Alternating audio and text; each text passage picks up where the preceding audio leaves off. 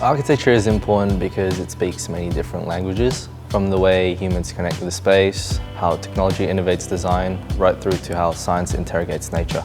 I think at the very essence, architecture is something that we've been trying to perfect for years. Considering climate, context, materials helps us to facilitate spaces for people to interact.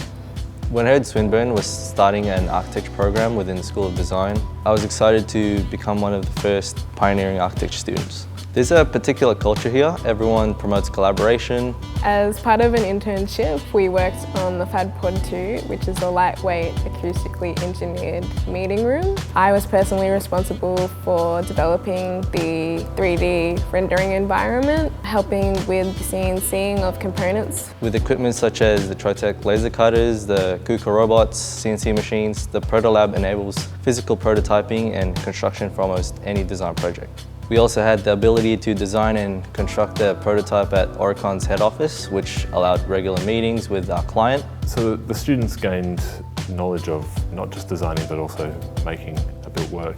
And I'll say that's something that we need more of our graduates to experience. Successful designers need the right mix of creative, conceptual insight with real-world and practical experience in order to have impact on industry.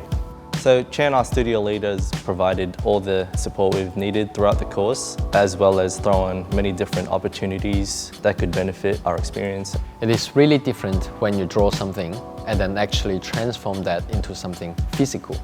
Seeing the Fab Pod II come to life, they learn about materiality and the weight of the structure.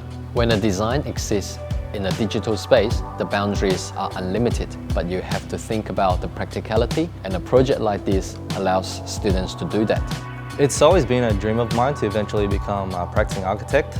I can only look back at the invaluable skills and experiences I've picked up through this course as I move forward in my career. Inspiration can be found pretty much anywhere in the world. And I think studying architecture at Swinburne, you have the opportunity to design spaces for others to occupy.